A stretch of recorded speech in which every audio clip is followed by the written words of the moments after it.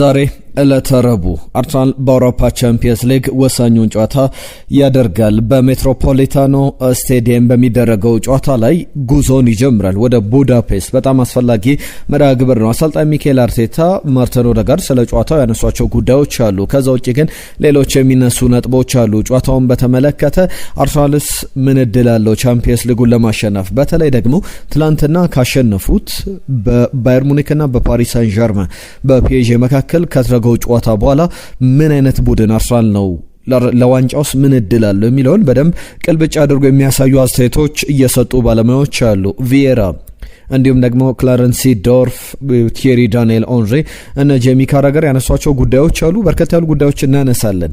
የአውሮፓ ቻምፒየንስ ሊግን ብቻ አይደለም ዛሬ በቆይታችን የምንመለከተው። እንግሊዝ ፕሪሚየር ሊግ ላይ አርሰናል ትልቅ አድቫንቴጅ መጥቶለታል። ይህ አድቫንቴጅ ምንድነው? በዋንጫ ፉክክር ላይ ወሳኝ ምዕራፍ ላይ እንደሚገኝ ይታወቃል። ስለዚህም ጨዋታ በስፋት እየተመለከተን እንቆያለን። ከአርሰናል ስለሚለቁ ወደ አርሰናልም ስለሚመጡ ተጫዋቾች እናነሳለን። በተለይ የክሪስቲያን ሞስኬራ ጉዳይ በስፋት እየተነሳ ያለ ጉዳይ ነው። አርሰናልን ዝውውሮችም እየነገርናችሁ እንቆያለን። በቻላችሁት በያላችሁበት አብራችሁን ቆዩ። ሀሳብ አስተያየቶቻችሁን ጻፉልን።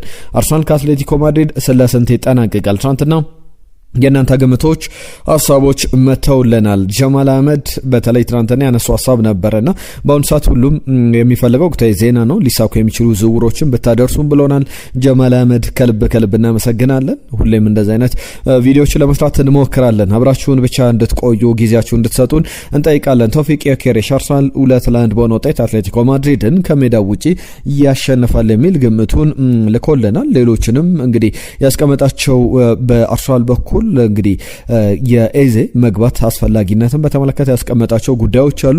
ስለ አርሰናል የዋንጫ ዓመት፣ ስለ አርሰናል ውድድሮች፣ ስለ አርሰናል ጉዳዮች ብቻ እያነሳን እንቆያለን። በቻላችሁት በያላችሁበት አብራችሁን ቆዩ። ሀሳብ አስተያየቶቻችሁን የአትሌቲኮ ማድሪድና የአርሰናልን ግምት ጨዋታም ሀሳብ ላኩልን። ወደ መልሰን ወደ እናንተ የምናቀርብ ነው የሚሆነው። የአውሮፓ ቻምፒየንስ ሊግ ዛሬ ምሽት 4 ሰዓት ላይ በሜትሮፖሊታኖ ይደረጋል። አርሰናል ወደ ዋንጫው ጉዞ ለማድረግ የመጀመሪያውን እርምጃ የሚራመድበት ትልቅ መርሃ ግብር ነው። ሁለቱ ቡድኖች አስፈላጊ ጨዋታ ያከናውናሉ። በተለይ ደግሞ ትናንትና በአውሮፓ ቻምፒየንስ ሊግ ላይ ፓሪስ ሳን ዠርመንና ባየር ሙኒክ በፓርክ ደ ፕሪንስ ያደረጉት ጨዋታ 9 ግቦችን ተመልክተንበታል።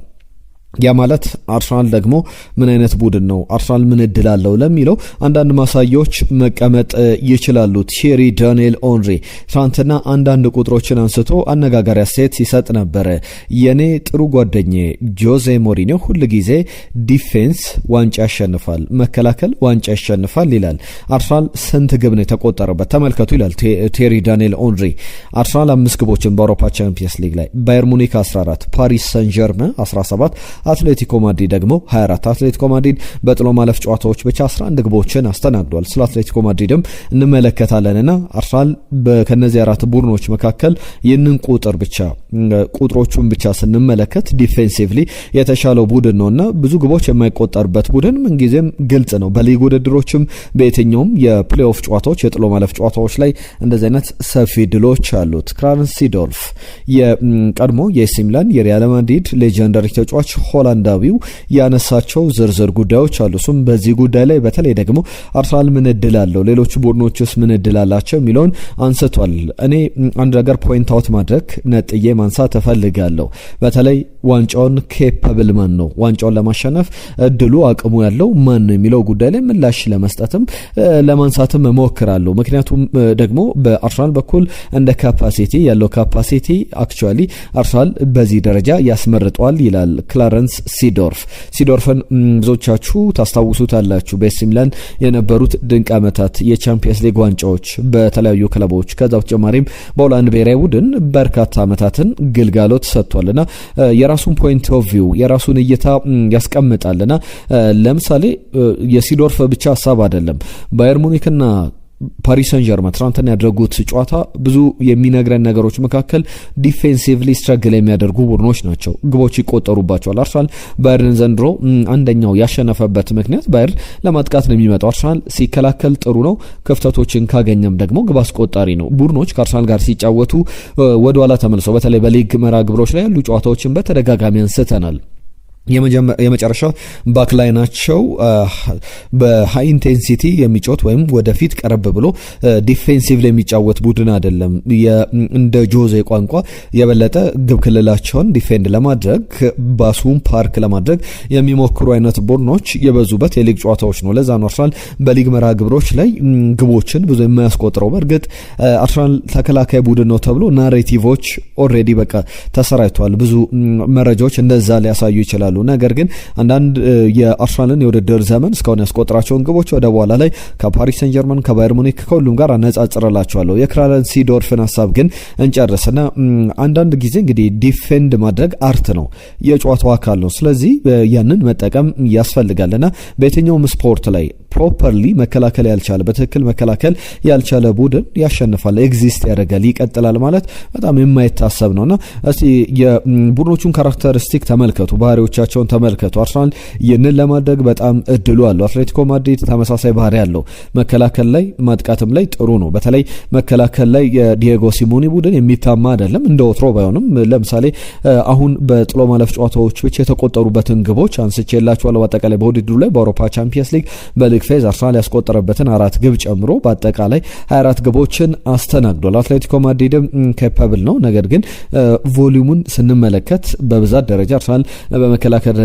ደረጃ ዲፊካልት ነገሮች አሉት። አርሰናል ግቦችን ለማስቆጠር ይቸገራል። ነገር ግን እንደ ቡድን በመከላከል ረገድ ግቡ ሳይቆጠርበት ለመውጣት ለምሳሌ ፓሪስ ሰን ጀርመንንም ባየር ሙኒክንም ቢገጥም ዲፌንድ አድርጎ 0 እድሎች ተፈጥሮበት ወይም ግቡ ሳይቆጠርበት አንድ ብቻ ግብ አስቆጥሮ አንድ ግብ ብቻ ይበቃል አርሰናል። ምክንያቱም ግቦች የሚቆጠሩበት ዲፌንድ ሲያደርግ ሲከላከል ምንም አይነት የግብ ድሎችን ክፍተቶችን እየፈጠረ አይደለምና ያ ዲፍረንስ ሜክ ማድረግ ይችላል፣ ልዩነት መፍጠር ይችላል የሚል ዝርዝር ጉዳዮችን ያስቀምጣል። በዚህ ጨዋታ ዙሪያ ብዙ ነጥቦች ሊነሱ ይገባል። አሰልጣኝ ሚኬል አርቴታ ያነሳቸው ጉዳዮች አሉ። ከዛ በተጨማሪም የአትሌቲኮ ማድሪድ ጨዋታ ትናንትና ለምሳሌ የፓሪስ ሰን ጀርመንና የባየር ሙኒክ ጨዋታን ስንመለከት በመጀመሪያው የሊግ ፌዝ ጨዋታ ላይ አርሰናል ከአትሌቲኮ ማድሪድ ጋር እንደተገናኘው ሁሉ እነዚህ ሁለት ቡድኖችም ተገናኝተው እንደነበር ይታወቃል። አትሌቲኮ ማድሪድ ከአርሰናል በሊግ ፌዝ ላይ አርሰናል 4-0 አሸንፏል። በሊግ ፌዝ ላይ ፓሪስ ሰን ጀርመን በሜዳው በፓርክ ደ ፕሪንስ በባየር ሙኒክ 2-1 ተሸንፎ ነበርና ያ ምሳሌ ሊሆን አይችልምና በዚህ ሂደት ላይ አርሰናል አሁንም ነገሮችን በደንብ ጨርሶ መውጣት ያለበት ጨዋታ ነው። ባለፈው አመት ሊግ ፌዝ ላይ ፓሪስ ሰን ጀርመንን አሸንፎ ሴሚፋይናል ላይ በፓሪስ ሰን ጀርመን ተሸንፎ ነበር። አሁንም ተመሳሳይ አመት ላይ ተመሳሳይ ሁኔታዎች ተመሳሳይ ኢንሲደንቶች አጋጥሟል። ስለዚህ ያንን በተለየ መንገድ ደግሞ ዘንድሮ ከባለፈው በተሻለ መንገድ ምላሽ መስጠት አለበት። ስለ አርሰናል ቲየሪ ዳንኤል ኦንሪ ያነሳቸውን ጉዳዮች ልጨማምር።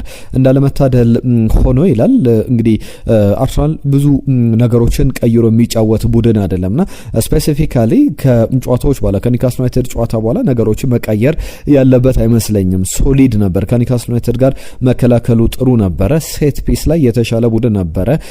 ከሴት ፒስም ግብ አስቆጥሯል፣ ተመልክተናል። ኤበሬቼዝ ያስቆጥራት ግብ ከሴት ፒስ የተቆጠረች ነበረችና አንድ ነገር ኖቲስ ማድረግ ያለብን ቲሙ እንግዲህ የበለጠ ጉልበት እያጣ እየተዳከመ ፋቲግ ያለበት ቡድን ነው።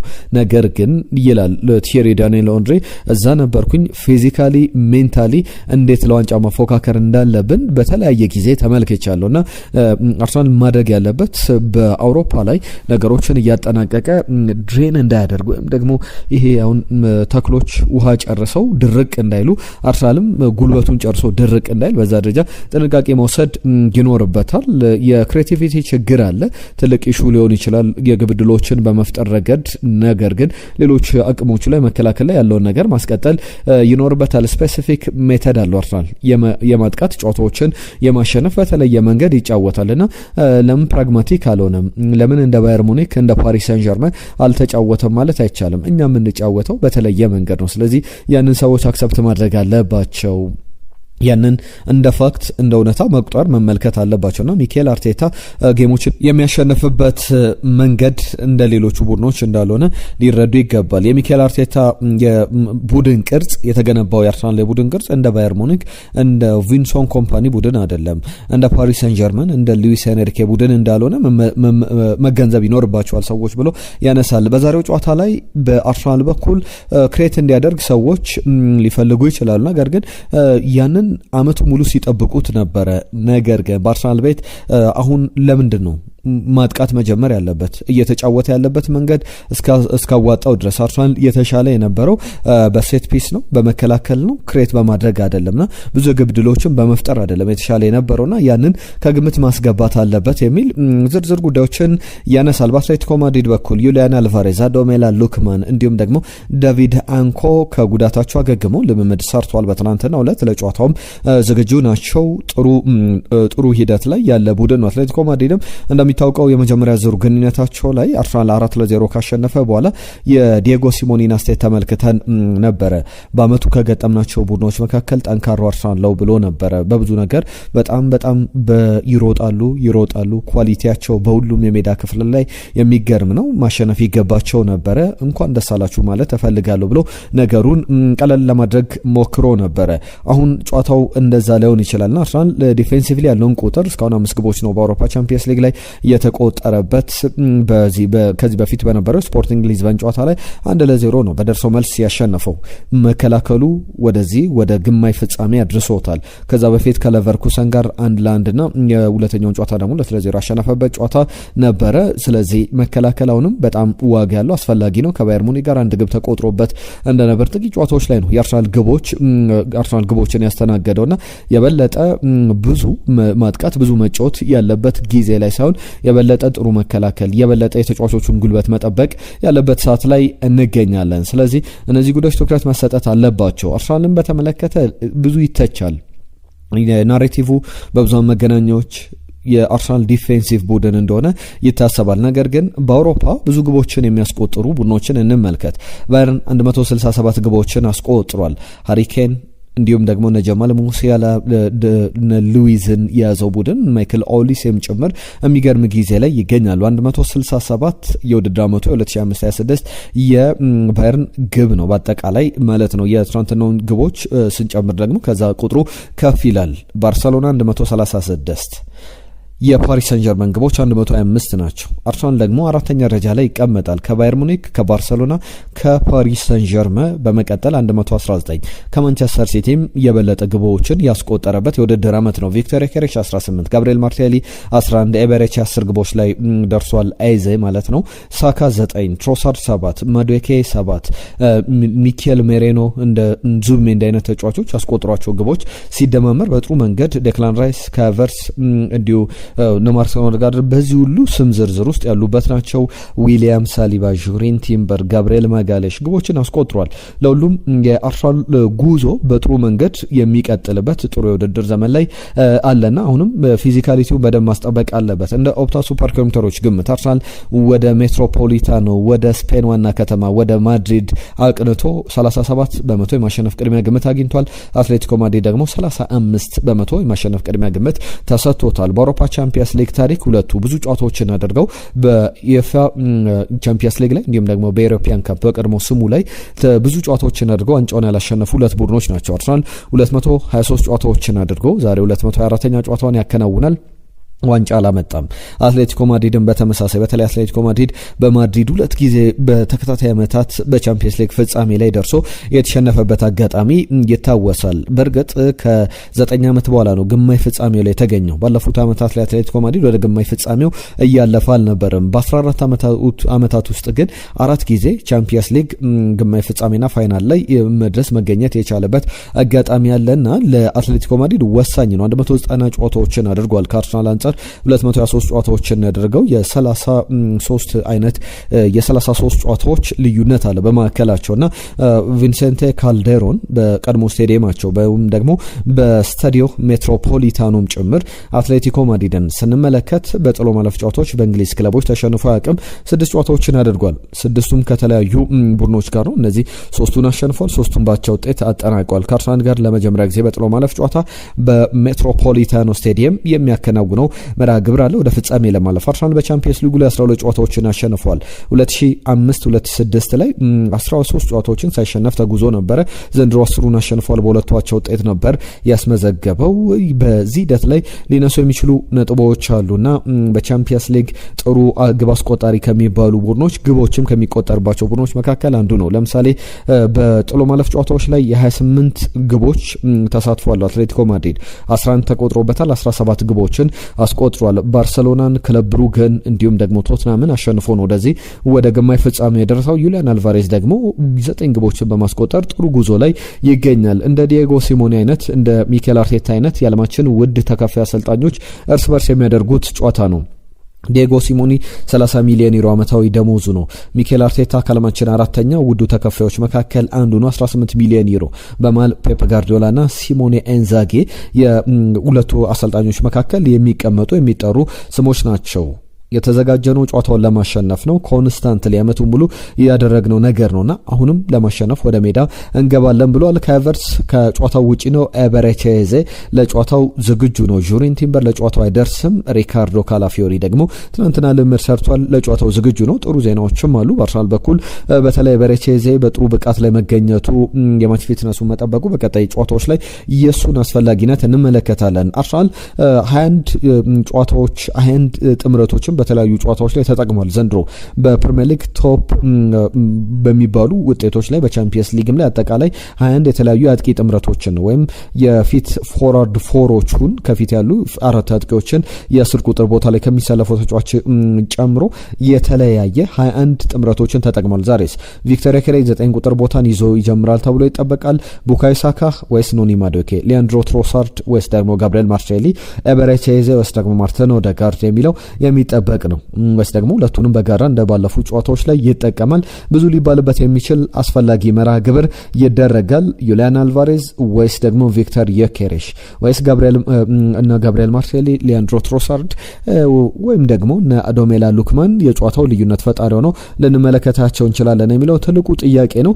የአርሰናል ዝውውሮች በዚሁ ላንሳና አጠናቅቃሉ። ሌሎች ጉዳዮች የሚነሱ ሀሳቦች አሉ። የክርስቲያን ሞስኬራ ጉዳይ ይነሳል። ክርስቲያን ሞስኬራ በአርሰናል ቤት በ13 ሚሊዮን ፓውንድ አካባቢ የመጣ 15 ሚሊዮን ዩሮ አካባቢ የተከፈለበት ተጫዋች ነውና ወደ አርሰናል ከመጣ በኋላ ከቫሌንሲያ የሚገርም አይነት ጊዜን እያሳለፈ ይገኛል። በጣም ተፈላጊ አይነት ተጫዋች ሆኗል። አትሌቲኮ ማድሪድ ይህንን ተጫዋች ይፈልጓል የሚሉ ዘገባዎች ወጥተዋል። አሁን ተጫዋቹ እስከ 60 ሚሊዮን ዩሮ ይገመታል። አርሰናል ከ35 እስከ 50 ሚሊዮን ዩሮ ሊያተርፍበት የሚችል በአንድ አመት እንግዲህ ተቀያሪ ለሆነ ተጫዋች ይህንን ያክል ክፍያ መክፈል የሚፈልጉ ክለቦች አሉና ክሪስቲያን ሞስኬራ ኮሎምቢያዊው ተጫዋች ለስፔን ብሔራዊ ቡድንም ጥሪ ተደርጎለት ተመልክተናል። ወደ አርሰናል የመምጣቱ ዶሚኖ ኢፌክት ነው ብሎ መናገር ይቻላልና በአንድ በኩል አርሰናል ፕሮፊት ቢያገኝበት መሸጥ እንዳለበት ይታወቃል። ከተጫዋቾች ጋር በተያዘ ለምሳሌ እሱ ብቻ አይደለም፣ ጋብሪኤል ጀሱስ እንዲሸጥ ይፈልጋል። ጋብሪኤል ጀሱስ ብቻ አይደለም፣ ሌሎችም ተጫዋቾች ስማቸው ይጠቀሳል። ኤታን ንዋኔሪ እና ሉዊስ ስኬሊ መሸጥ ግዴታ ሊኖርበት ይችላል። ባለፈው 270 ሚሊዮን ፓውንድ ኔት ስፔንድ አድርጓል። ስለዚህ ዘንድሮ ጃኮቭ ኪቪየር 15 ሚሊዮን ፓውንድ የፖርቶ ሽያጭ ይጠበቃል። እሱን ፖርቶ ይገዛዋል፣ በቋሚነት ያስፈርማል ተብሎ ስለሚጠበቅ ማለት ነው። ከዛ ውጪ ግን ባሉ ሂደቶች ላይ ጃኮቭ ኪቪየርን ብቻ አይደለም አርሰናል የሚሸጠው በቋሚነት እነ ኤታን ንዋኔሪ፣ ሉዊስ ስኬሊ ክለቡ ሊለቁ የሚችሉበት እድል እየሰፋ ይገኛል። እነ ማርቲን ኦዴጋርድም የመቆየታቸው ነገር አጠራጣሪ ነው ቢባልም 2 ዓመት ቀሪ ውል አለው። ነገር ግን ኦዴጋርድን በተመለከተ ትናንትና ከየት መጥተው እንደሚወሩ አላቅም። አሁን ትኩረት የማደርገው ዴሊ በአርሰናል ቤት ምን ማበርከት እንደምችል ቀን በቀን ያንን ብቃቴን ማሳየት ራሴን ማሳደግ በቡድኑ ውጤታማ ዓመት ላይ የራሴን ተሳትፎ ማድረግ ነው የምፈልገው የሚል አስተያየቶቹን ይሰጣል። ከአርሰናል ጋር በተያያዘ አሌክሳንደር ስታንኮቪች የተባለ ተጫዋች ከክለብ ብሩገ ማስፈረም ይፈልግ ነበረ። የተጫዋች የኢንተር ሚላን ንብረት ነው። በእርግጥ ኢንተር ሚላን መልሶ የመግዛት መብት ነው ያለውና እንደ ጋዜጣ ዴሎ ስፖርት ዘገባ ከሆነ ኢንተር ሚላን ይህንን ተጫዋች አሌክሳንደር ስታንኮቪች አማካኝ ስፍራ ላይ የሚገርም አይነት አቋም ብቃት ያለው ተጫዋች ነውና ይህንን ተጫዋች መልሶ ለማስፈረም ፍላጎት አለው ተብሏል። ትናንትና የክቫራትስኬሊያን ጉዳይ አነሳለሁ ብዬ ዘንግቼው ሳላነሳው የወጣውት ጉዳይ አለ። በትናንትናው በሰራነው ቪዲዮ ላይ ክቪቻ ክቫራትስኬሊያን በተመለከተ ክቫራ ወደ አርሰናል ይመጣል የሚሉ ጉዳዮች ሲሰሙ ነበር። አባቱ በዚህ ጉዳይ ላይ አስተያየታቸውን ሰጥቷል። ክቪቻን በተመለከተ ወደ አርሰናል ለመምጣት ወደ ሌሎች ክለቦችም ዝውውር ያደርጋሉ ተብለው ተጠይቀው ነበር። እንደዚህ አይነት ነገሮች በዝርዝር አላስቀመጡም። በተለይ ደግሞ በዋነኝነት ያነሷቸው ጉዳዮች አሉ። ከነዚህ ጉዳዮች መካከል አሰልጣኙ ካልፈለገው ወይም ፓሪስ ሰን ጀርመን ካልፈለገው በስተቀር በፓሪስ ሰን ጀርመን ዌል ሪስፔክትድ ነው፣ በደንብ የተከበረ ተጫዋች ሆኗል። ከዛ በተጨማሪ ከቡድኑ ቁልፍ ተጫዋቾች መካከል አንዱ ነው። ኑሮ ተመችቶታል። በፓሪስ ሁሉ ነገር ቀላል ነው። ስለዚህ ለምን ይለቃል የሚል ደስተኛ ከሆነበት ቤት ለምን ይለቃል የሚል ሀሳባቸውን አካፍሏል። አባቱ የክቫራትስኬሊያ አባት ያነሱት ጉዳይ ለአርሰናል እድሎችን ተጫዋቹን የማግኘት እድሎቹን ያጠበበበት ሆኗል። የሚሆን ከሆነ ተጫዋቹን መልቀቅ የማይፈልግ ከሆነ ትልቅ ገንዘብ አርሰናል ሊከፍል ይገባል። ዩሊያን አልቫሬዝን በተመለከተ ዲየጎ ሲሞኒ ትናንትና ዩሊያን አልቫሬዝ ከአርሰናል ጋር ስሙ ይያዛል፣ ወዴት ሊሄድ ይችላል ተብሎ ተጠይቆ ነበረ። እኔ የእሱን ሀሳብ አላቅም፣ በእሱ ጭንቅላት ውስጥ የለውም። የእሱ በአእምሮስ ምን እንደሚያስብ አላቅም። ነገር ግን ይህ አንደርስታንድ የሚደረግ ልንረዳው የምንችለው ጉዳይ ነው። በጣም የተለየ ኤክስትራኦርዲናሪ ተጫዋች ነው። ስለዚህ ዩሊያን አልቫሬዝ በአርሰናል ቢፈለግ፣ በፓሪስ ሰን ጀርመን ቢፈለግ፣ በባርሰሎና ቢፈለግ እየተለመደ ነው። ምክንያቱም በጣም ጥሩ ተጫዋች ስለሆነ የሚል አስተያየቱን ሰጥቷል። በእነዚህ ጉዳዮች ላይ በቀጣይ ምላሽ የሚፈልጉ ጉዳዮች ሊኖሩ ይችላሉ።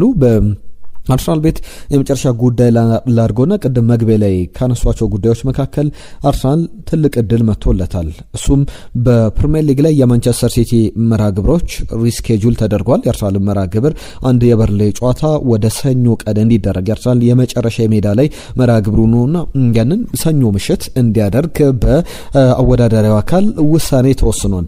ያ ማለት ምን ትርጉም አለው? ለምሳሌ ትናንትና ሳነሳላችሁ ነበር አርሰናል በቀጣይ ቀናት የሚያደርጋቸው ጨዋታዎች አሉ። እነዚህ ቀናት ላይ የሚደረጉ ጨዋታዎች ምን ያክል ወሳኝ ናቸው? ዛሬ ረቡዕ ዕለት፣ ቅዳሜ ከፉልሃም ጋር የሚያደርገው ጨዋታ አለ። ከዛ በኋላ ማክሰኞ ዕለት ደግሞ ዳግም ከአትሌቲኮ ማድሪድ ጋር ይጫወታል። የአንድ ሳምንት እንኳን ባልሞላው ጊዜ ውስጥ የሚደረግ ጨዋታ ነውና በ6 ቀን በ7 ቀን 3 ጨዋታዎችን ያከናውናል። ማንቸስተር ሲቲም በዋንጫ ፉክክሩ ላይ በወሳኝ በሚሆንበት የመጨረሻ ምዕራፎች ላይ እንደዚህ አይነት ጨዋታ እንዲያደርግ ተገዷል። እነዚህ መርሃ ግብሮች በጣም ለማንቸስተር ሲቲ መጥፎ ድል ወይም ደግሞ ጫናን ይዘው የሚመጡ ለአርሰናል ደግሞ አስፈላጊ ጫናዎችን የሚያርቅና ለማንቸስተር ሲቲም ጫናዎች ከፍ ባለ ቁጥር አርሰናል የበለጠ ኢነርጄቲክ ሆኖ የሚመጣበት እድል አለ። ማንቸስተር ሲቲን ጨዋታዎች ብንመለከት ለምሳሌ በመጪው ሳምንት ኤቨርተንን የሚገጥመው ከሜዳው ውጪ ይጫወታል። ከዛ በኋላ ያሉ ጨዋታዎችን እንመልከት። ለምሳሌ ሪስኬጁል ከተደረጉት መርሃ ግብሮች መካከል ማንቸስተር ሲቲ ኤቨርተንን እሁድ ዕለት ነው የሚገጥመው። ከዛ በኋላ ከ5 ቀናት በኋላ ብሬንትፎርድን የሚገጥምበት ጨዋታ አለ። በሜዳው ብሬንትፎርድን ይገጥማል። ይህ ሜይ 9 ላይ የሚደረግ ጨዋታ ነው። ከዛ በኋላ ከሜይ 9 በኋላ ሜይ 13 ላይ ከቀናት በኋላ ክሪስታል ፓላስን በሜዳው ይገጥማል። ዳግም 2 የሜዳ መርሃ ግብሮቹ ናቸው። ሜይ 16 ላይ ደግሞ ከ3 ቀን በኋላ ከቼልሲ ጋር በኤፍኤ ካፕ ፋይናል ዌምብሌይ ላይ ጨዋታቸውን ያከናውናሉ። እነዚህ 3 ተከታታይ ጨዋታዎች የሚደረጉበት ነው። ከዛ በኋላ ቦርመዝን ሜይ 19 ላይ ይገጥማል። እነዚህ 4 ጨዋታዎችን ስንመለከት በ10 ቀን እድሜ 4 ጨዋታዎችን ያ ማለት በ2 ቀንና በ3 ቀን አንድ ጨዋታ ያከናውናል። ስለዚህ በተደጋጋሚ አርሰናል ሲያልፍበት የነበረውን ችግር ማንቸስተር ሲቲም ጫና ውስጥ ሊገባ የሚችልበት ለአርሰናል በእርግጥ ፉልሃምን ማሸነፍ የግድ ወሳኝ ነው። ምክንያቱም 6 ነጥብ ማድረግ አለበት ማንቸስተር ሲቲ ከመጫወቱ በፊት 6 ነጥብ አድርጎ ማንቸስተር ሲቲ ያንን 6 ነጥብ የማጥበብ ጫና ውስጥ ገብቶ የሚያደርገው ጨዋታ ነው። በስነ ልቦናም ለአርሰናል ትልቅ አድቫንቴጅ ይኖረዋል። ቀድሞ የሚያደርገው ቅዳሜ ዕለት የሚደረግ መርሃ ግብር ነውና ከዛ በኋላ የአርሰናል ጨዋታዎችን ደግሞ ስንመለከት ለምሳሌ አትሌቲኮ ማድሪድን ከገጠመ በኋላ ቀጣይ ሳምንቱ መጨረሻ ላይ ከ7 ቀን በኋላ ዌስትሃም ዩናይትድን ይገጥማል። ከዌስትሃም ዩናይትድ ጋር ካከናወነው ጨዋታ በኋላ የሚደረገው አንድ መርሃ ግብር አለ። ሜይ ላይ አርሰናል በፕሪሚየር ሊጉ የሚያከናውናቸው በ24 ቀናት የሚያደርጋቸው 3 ጨዋታዎች ናቸው። ፕሪሚየር ሊጉ ላይ በቻምፒየንስ ሊግ የሚያከናውነው መርሃ ግብር አለ። በእርግጥ ሜይ ላይ ክሪስታል ፓላስን ይገጥማል። ሜይ 24 ነው ፕሪሚየር ሊጉ የሚጠናቀቀው። ማንቸስተር ሲቲ ከአስቶን ቪላ ጋር ሲጫወት አርሰናል ከክሪስታል ፓላስ ጋር በሚያደርገው ጨዋታ ይጠናቀቃል። በርንሌ፣ ዌስትሃም፣ እንዲሁም ደግሞ ፉላም የመጨረሻ የአርሰናል 4 ጨዋታዎች ናቸው በፕሪሚየር ሊጉ ላይና ለምሳሌ ዌስትሃምን ከገጠመ በኋላ በለንደን ስቴዲየም አርሰናል የሚያከናውነው መርሃ ግብር ከበርንሌ ጋር ነው። ቀጣይ መርሃ ግብር ከ8 ቀን በኋላ የ8 ቀን ረፍት አለው ማለት ነው፣ በመሃል ሌሎች ጨዋታዎች ሳይኖሩበት ማለት ነውና በጣም አስፈላጊ ነው። ከዛ በኋላ የክሪስታል ፓላስ ጨዋታ ደግሞ ከ7 ቀን በኋላ ወይም ከአንድ ሳምንት በኋላ የሚያደርገው ነውና በጣም ትርጉሙ ብዙ ነው ለአርሰናል። የሪስኬጁል ነገር ብዙ ሊያባብለን ይችላል። ሁሉም ለአርሰናል ጥሩ ዜና ይመስላል። ይህንን መጠቀም የአርሰናል ተጫዋቾች የሚኬል አርቴታ የአርሰናል ቡድን ትልቅ ኃላፊነት ነውና በቀጣይም ብዙ ሊባልበት ይችላል። ዛሬ ግን ግምቶቻችሁን ላኩልን። አርሰናል ከአትሌቲኮ ደ ማድሪድ ጋር በሜትሮፖሊታኖ በሚደረገው ጨዋታ ላይ ሀሳብ አስተያየቶቻችሁን እንቀበላለን። መልእክቶቻችሁን እንጠብቃለን። አበረታቱን። ቪዲዮቻችን ብሶ ጋር እየደረሱ አይደለም። የእናንተ ላይክ ግን ብዙ ያገዘናል። ላይክ አድርጉ፣ ሼር አድርጉ፣ ሰብስክራይብ አድርጉ። 20 ሺህ ደርሰናል። ከ20 ሺህ በላይ ከፍ ማድረግ አለብን። ኢትዮጵያ ውስጥ አርሰናልን የሚወክል አንድ ትልቅ የዩቲዩብ ቻናል ያስፈልገናልና እንደዚህ አይነት ቻናል እየገነባን እንገኛለን። ጥሩ አዳዲስ ያልተሰሙ ዜናዎችን ይዘን እንመጣለን። እንደምትመለከቱት ነው። የእናንተን እገዛ ግን እንፈልጋለን ከመድፈኛው ቤተሰቦች። የዛሬን እዚህ ላይ ያጠናቀቅን። ጤና ይስጥልን።